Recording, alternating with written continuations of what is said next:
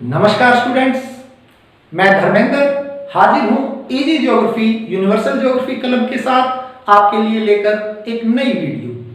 Students, video में आगे बढ़ने से पहले मैं आपसे 3 बातें करना चाहूंगा। सबसे पहले इस वीडियो के बारे में ही हमने YouTube चैनल की शुरुआत प्लस 2 क्लास के पहले लेसन मानव भूगोल प्रकृति एवं विषय क्षेत्र के साथ की थी और अब तक इस सीरीज में हम 4 वीडियो अपलोड कर चुके हैं। इसी कड़ी में ये हमारा 5वां और अंतिम वीडियो है जो कि ऑब्जेक्टिव टाइप क्वेश्चन से जुड़ा रहेगा। आपको मैं बता दूं कि विभागीय नियमों के अनुसार या विद्यालय में अगर हम कक्षाएं लगाते हैं तो लगभग 6 घंटे का समय माना गया है इस लेसन को कंप्लीट करने के लिए, लेकिन हमने अपनी वीडियोस में 70 मिनट में इस पूरे लेसन को कंप्लीट किया है। और साथ ही साथ एक ये भी दावा है कि अगर इन 70 मिनट्स में आप हमारे इन 5 वीडियो को अच्छे से देख लेते हैं तो किसी भी प्रकार से अंक इस पाठ में आपके नहीं कटेंगे। ये हमारा 100% दावा है। दूसरी बात हमारे चैनल के बारे में है कि आपके लिए खुशखबरी है कि हमारे चैनल ने लगभग 1 हफ्ते के अंदर ही 168 सब्सक्राइबर्स प्राप्त कर लिए हैं, 1300 व्यूज मिल गए हैं और लगभग 1600 मिनट का वॉच टाइम भी मिल गया है। ये केवल मेरी मेहनत नहीं है बल्कि आप लोगों का चैनल के प्रति प्यार है और आप लोगों का जुनून है कि आपने इस चैनल को इतना पसंद किया है।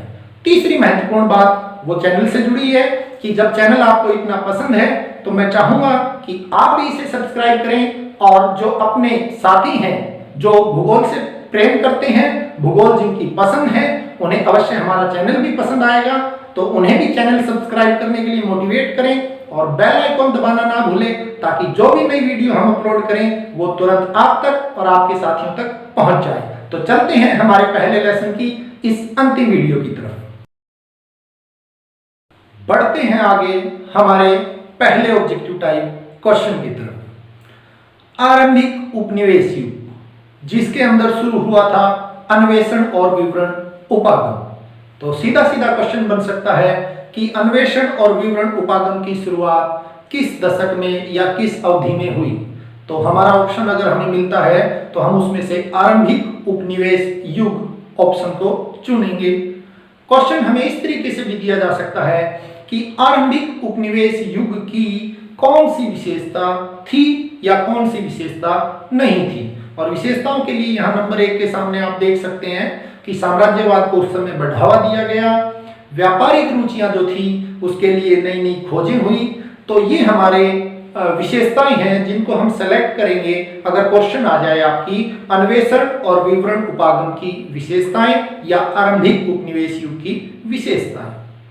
इसी प्रकार से नंबर 2 पे देख सकते हैं आप प्रादेशिक विश्लेषण उपागम किस युग में शुरू हुआ अगर आपसे पूछा जाए, उत्तर उपनिवेश युग।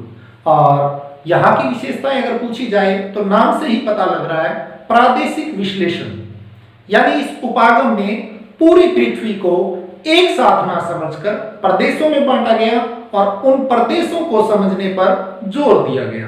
तो ये इसकी साधारण सी सिंपल इसके नाम से ही इसकी विशेषताएं पता लग सकती हैं। तो इसमें आपको कोई प्रॉब्लम नहीं आएगी अगर कोई ऑब्जेक्टिव टाइप क्वेश्चन यहाँ से आ जाए तो। तीसरा देखते हैं आप क्षेत्रीय विभेदन उपागम जो कब शुरू हुआ, 2 विश्व युद्धों के बीच में 1930 से 1940 के बीच की जो अवधि मानी जाती है उस दौरान ये उपागम काफी प्रचलित था। क्षेत्रीय विभेदन यानी क्षेत्रों में भेद करना, उनकी विशेषताओं के आधार पर उनको अलग अलग पहचानना। तो यहाँ ऑब्जेक्टिव टाइप क्वेश्चन अगर निकल कर आए, देखिए आप येलो बॉक्स में दिया है प्रदेश की विलक्षणता की पहचान करना, यानी किसी प्रदेश विशेष में क्या खासियत है। तो आपको क्वेश्चन अगर ये दे दिया जाए कि किसी प्रदेश को पहचान कर उसकी विशेषताओं को पहचान कर कौन सा उपागम है वो आगे बढ़ता है, तो हमारा आंसर रहेगा क्षेत्रीय विभेदन उपागम। ये ऐसा उपागम है जो क्षेत्रों को अलग से पहचानता है, उनकी विशेषताओं को और फिर अध्ययन करता है। और अंतिम यहाँ 4 नंबर पे क्वेश्चन निकल के आ सकता है स्थानिक संगठन उपागम। इसके बारे में सीधा सा आ सकता है विशेषताएं। तो आपने पहले भी पढ़ा है कि कंप्यूटर का जितना भी प्रयोग बढ़ा, सांख्यिकी सूत्रों का जितना प्रयोग किया गया और साथ ही साथ भौतिकी फिजिक्स के जो नियमों का प्रयोग करना शुरू किया गया वो यही उपागम था, इसी में शुरू किया गया था स्थानिक संगठन उपागम में। और इसी उपागम के कारण मानवीय भूमिका कम हो गई थी और जो भौतिक कारकों का यहाँ मतलब है मैन मेड कंप्यूटर आदि, इनका प्रयोग बढ़ गया था। इसी प्रकार से आगे हमारा क्वेश्चन बनता है 1970 के दशक से जुड़ा। 3 विचारधाराएं, मानवतावाद, व्यवहारवाद और आमूलवाद। मानवतावाद, इसकी विशेषता अगर आपसे पूछी जाए तो ये मानवीय कल्याण से जुड़ा था। आपसे पूछा जा सकता है कि मानवीय कल्याण से जुड़ा उपागम कौन सा था। आपसे पूछा जा सकता है कि कार्ल मार्क्स की विचारधारा से जुड़ा उपागम कौन सा था, आमूलवाद। और आपसे यह भी पूछा जा सकता है कि प्रत्यक्ष ज्ञान, धर्म, जाति आदि के बोध पे जो जोर देता था वो उपागम कौन सा था, तो वो हमारा था व्यवहारवाद। और यहाँ ऑब्जेक्टिव टाइप क्वेश्चन इनके अलावा क्या निकल सकता है कि इनका उद्गम कब हुआ, तो वो 1970 के दशक में। और एक विशेष क्वेश्चन यहाँ थोड़ा सा घुमा कर दिया जा सकता है कि मानवतावादी उपागम की शुरुआत के पीछे निम्नलिखित में से कौन सा कारण था। तो बिल्कुल सीधा सा कारण था कि जो मात्रात्मक क्रांति आई थी उसमें मानव की भूमिका घट गई थी और जो भौतिक कारक थे, कंप्यूटर, सांख्यिकी, फिजिक्स, आर्टिफिशियल जो चीजें थी, उनका योगदान बढ़ गया था। तो बहुत से भूगोलवेत्ताओं को ये बात पसंद नहीं आई थी। इसी कारण एक नया उपागम उभर कर सामने आया था जिसके आगे 3 पार्ट थे, मानवतावाद, व्यवहारवाद और आमूलवाद। तो इस प्रकार से यहाँ क्वेश्चंस निकल सकते हैं और आप इजीली एक बार इसकी स्टडी लेकर इनके आंसर दे सकते हैं।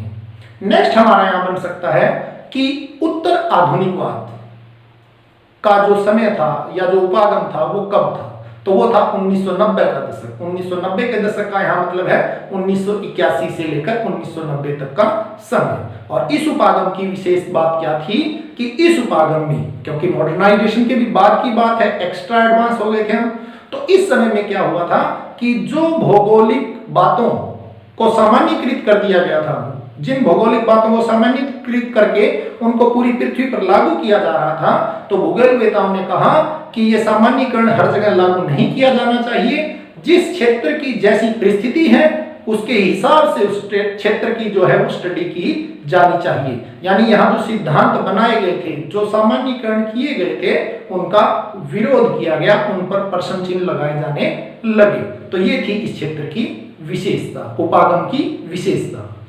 अब एक क्वेश्चन और निकल कर आता है नंबर 3 पर, आप देख पा रहे होंगे कि जितने भी मानव भूगोल के क्षेत्र थे वो उप क्षेत्रों में बढ़ते गए। तो इसका क्या कारण था? तो इसका सीधा सा कारण था ज्ञान का विस्तार। जितनी नॉलेज डेवलप होती गई उतना ही जो भूगोल के जो क्षेत्र थे, जो उसकी शाखाएं थी, वो आगे और ज्यादा विस्तृत रूप में प्रकट होती गई। अगले ऑब्जेक्टिव टाइप क्वेश्चंस पर अगर नजर मारें तो बात आती है मानव भूगोल के क्षेत्रों की। सीधा सीधा क्वेश्चन दिया जा सकता है कि निम्नलिखित में से कौन सा मानव भूगोल का क्षेत्र है। तो आप जानते हैं कि सामाजिक भूगोल, आर्थिक भूगोल, राजनीतिक भूगोल, नगरीय भूगोल, ये सारे मानव भूगोल के क्षेत्र हैं। तो इनमें से जो ऑप्शन हमें अगर क्षेत्र में मिलता है तो हम उस प्रकार से देंगे। और अगर ये पूछ लिया जाए कि कौन सा मानव भूगोल का क्षेत्र नहीं है तो हम जो उनमें से अलग है उसको छांट देंगे। तो बारी बारी से इसकी स्टडी करेंगे। यहाँ जो पहला क्वेश्चन निकल रहा है वो निकल रहा है क्षेत्र और उप क्षेत्र से जुड़ा।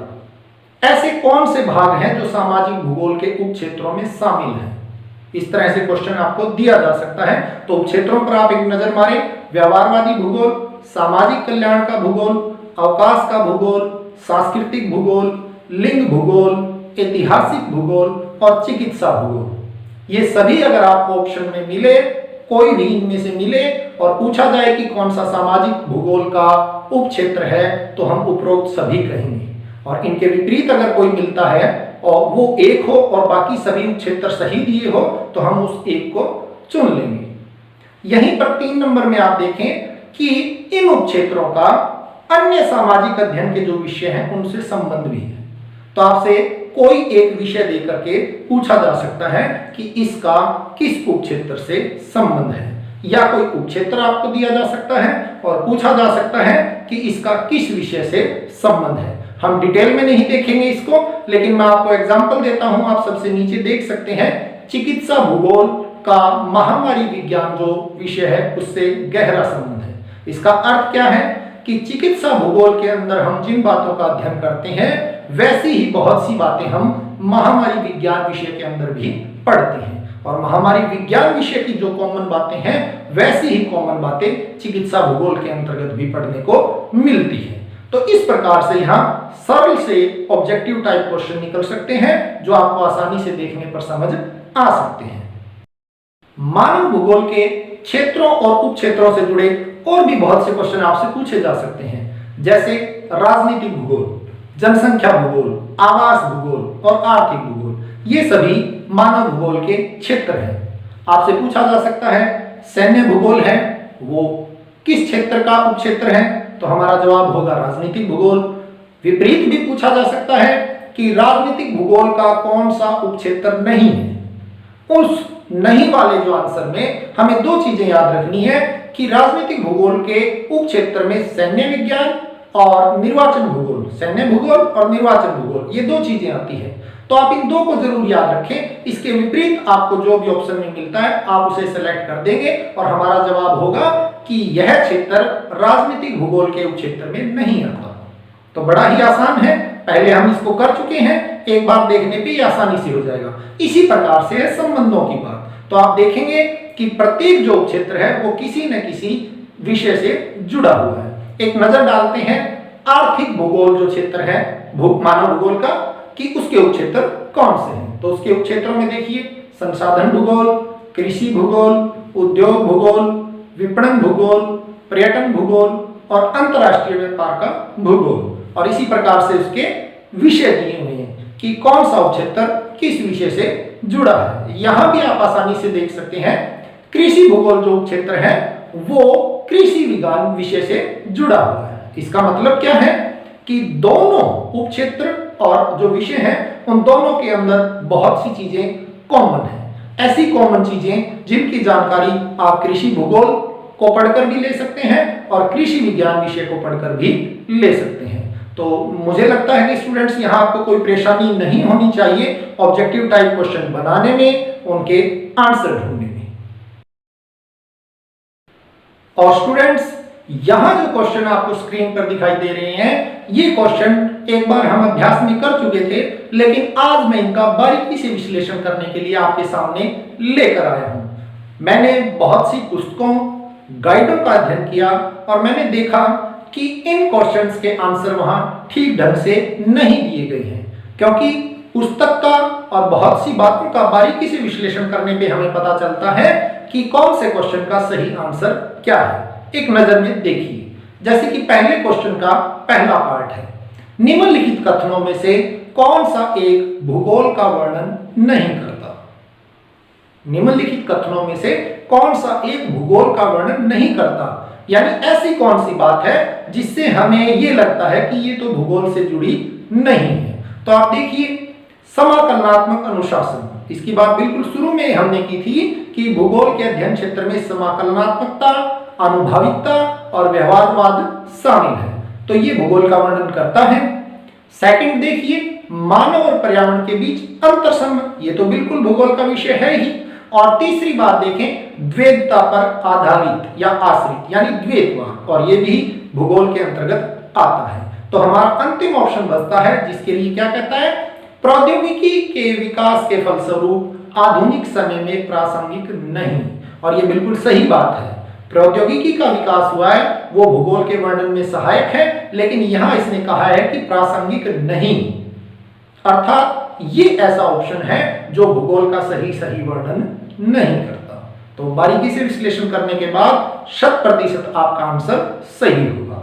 इसी प्रकार से नेक्स्ट क्वेश्चन है, निम्नलिखित में से कौन सा भौगोलिक सूचना का स्रोत नहीं है। यात्रियों के विवरण, उससे हमें भौगोलिक सूचनाएं मिली उपनिवेशवाद के समय में। प्राचीन मानचित्र बनाए बहुत से यात्रियों ने, उससे भी हमें भौगोलिक सूचनाएं मिलती हैं। दो ऑप्शन हमारे बचते हैं, एक चंद्रमा से प्राप्त चट्टानी नमूने और एक प्राचीन महाकाव्य। तो आपको पता है कि यात्रियों ने यात्राएं की, उसके विवरण लिखे और बहुत से महाकाव्यों में हमें वो विवरण पढ़ने को मिलते हैं, जिसमें धरातल, उस धरातल की भौगोलिक विशेषताओं, वहां की जलवायु, नदियों, पर्वतों का वर्णन मिलता है। तो ये भी भौगोलिक सूचनाएं देता है।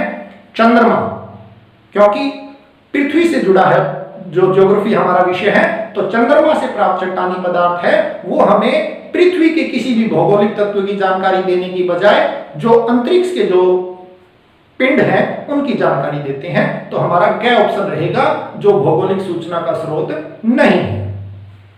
तीसरे क्वेश्चन पे नजर लगाएं कि कौन सा एक लोगों और पर्यावरण के बीच अन्योन्य क्रिया का सर्वाधिक महत्वपूर्ण कारक है। तो बिल्कुल सबसे महत्वपूर्ण कारक है जो मनुष्य और पर्यावरण के बीच अंतर क्रिया करवाता है, वो है प्रौद्योगिकी। एक समय था जब मानव प्रकृति का गुलाम था, तो उस समय पर्यावरण और मनुष्य के बीच अन्योन्य क्रिया बहुत कम होती थी, क्योंकि प्रौद्योगिकी थी वो पिछड़ी हुई थी। तो जैसे जैसे प्रौद्योगिकी डेवलप हुई है, वैसे वैसे मानव का प्रकृति के अंदर हस्तक्षेप बढ़ा है, और इसी को हम कहेंगे अन्योन्य क्रिया। लेकिन बहुत सी पुस्तकों में इसे मानवीय भाईचारा भी कहा गया है, जो कि बिल्कुल गलत है। अंतिम क्वेश्चन जो देखें हमारे ऑब्जेक्टिव टाइप सीरीज का, निम्नलिखित में से कौन सा एक मानव भूगोल का उपागम नहीं है। तो देखिए, क्षेत्रीय विभिन्नता, क्षेत्रीय विभेदन उपागम के नाम से हमने इसे पढ़ा था, ये बिल्कुल मानव भूगोल का उपागम है। मात्रात्मक क्रांति, ये कोई उपागम नहीं था, तो हमारा ऑप्शन यही रहेगा।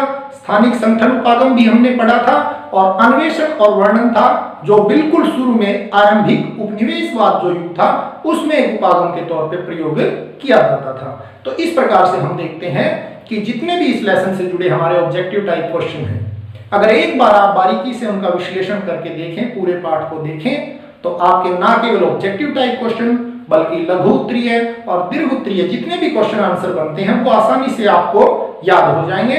और इस लेसन में से एग्जामिनर कितना भी मेहनत करके, कितना भी जी तोड़ प्रयास करे आपके नंबर काटने का, लेकिन वो नहीं काट पाएगा अगर आपने इस वीडियो को ध्यान से देखा है और पूरे लेसन के जो ऑब्जेक्टिव टाइप क्वेश्चन की जो वीडियो है उसकी अच्छी से स्टडी की है। Thank you students for watching our video. आपसे उम्मीद करता हूं कि आप हमारे इस चैनल को लगातार देखते रहेंगे।